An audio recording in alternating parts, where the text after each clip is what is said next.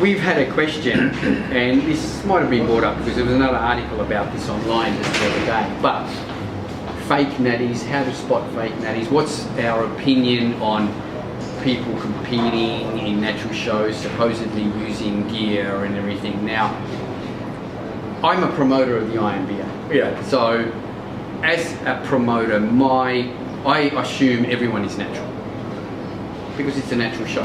Now, I have to do that because if I start having any sort of suspicions or whatever, well then it'll be difficult to run a show. Yeah. You know, you have to accept that everyone who's putting in the entry form is natural. Now we will do then some testing on the day. Now you use ASADA drug testers. We use ASADA drug testing. And that's another bugbear. We could go into that drug testing thing about it. Like everyone carries online that there's no drug test in any of the shows. Well, there is. Anytime you want to come along, I'll show you my invoices for the past 15 years. I've done drug testing. They're quite expensive, aren't they? Yeah, they're horrendously expensive.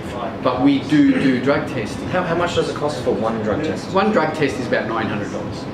Okay, so that's understandable, the reason why you don't drug test everyone in the show. No, and people are saying that you need, for a true natty show to be truly natural, you need to test everyone. Now, I agree. Well, that means everyone's entry But if there's 100 competitors, that's going to cost $900,000. Yeah, that's not going to help.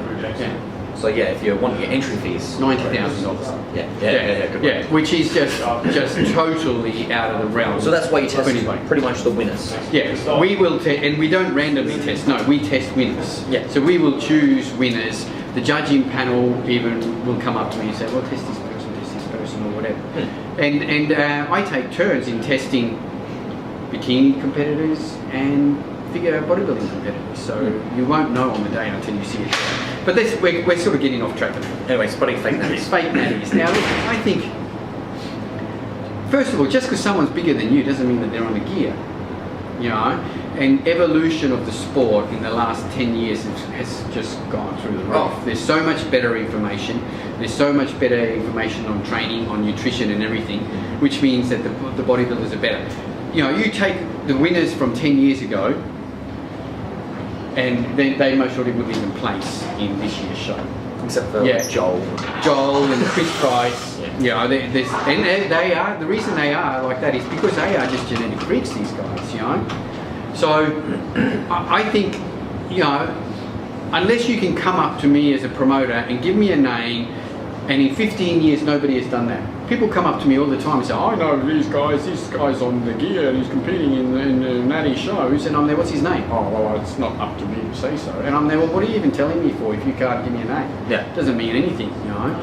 So in 15 years, nobody's given me a name. You know, give me a name, it's totally in confidence and I'll target test them. Easy, you know. But look, I even read a thing about this morning, Boston Lloyd, who we've spoken about, he put up a thing about Doug Miller. You know, there's no way this guy's a pro. You know, Doug Miller is meant to be a natural. He calls himself natural pro. Okay. Now, Doug Miller's got a phenomenal physique. But who's Boston Lloyd calling out Doug Miller? Like what? So what? So, you know, who are you calling him out? You know, he might be natural. You know, Imba Natural Olympia Pro, Kiyoshi Moody. Oh yeah. You know, the guy's a monster, competes at just under 100 kilos, you know. He's won the Imba Show Natural Olympia, I don't know, 8 times or something, 6 times, something crazy. Which is been tested heaps of times and always passed. Now the thing is, you see these guys on stage and yeah, they all look jacked. The thing is, you see them off season and they don't, you know, and that's the difference with the natty guy, I reckon. You know, you see the enhanced athletes on stage are monsters, but they're also monsters off season. Yeah. Whereas a lot of natty guys, when they're off season, they still look big, but they're nothing like, you know. And you grab these natty champions and you put them into a non-tested lineup, and people in the audience will be going, hey, spot the natty guy. Yeah. So just worry about what you're doing and not what anybody else is doing. Yeah. You know, I think that's the best thing. You know, I mean that Chewy Soon guy. Yeah. He just won the Muscle Mania Pro on the weekend. Oh yeah. Yeah. Everyone carries on about him, and man, he's got a phenomenal physique, incredible. I don't know, he might be the most gifted athlete on earth. Yeah. Until he's caught and tested and caught. He's natural. As far as I'm concerned. So yeah, That's very much. I think that's my take on it anyway. Yeah. You know.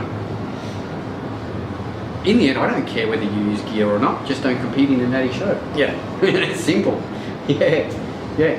Who am I to judge you if you use gear or not? I don't care. Just don't compete in a natty show, because then that makes you a douchebag.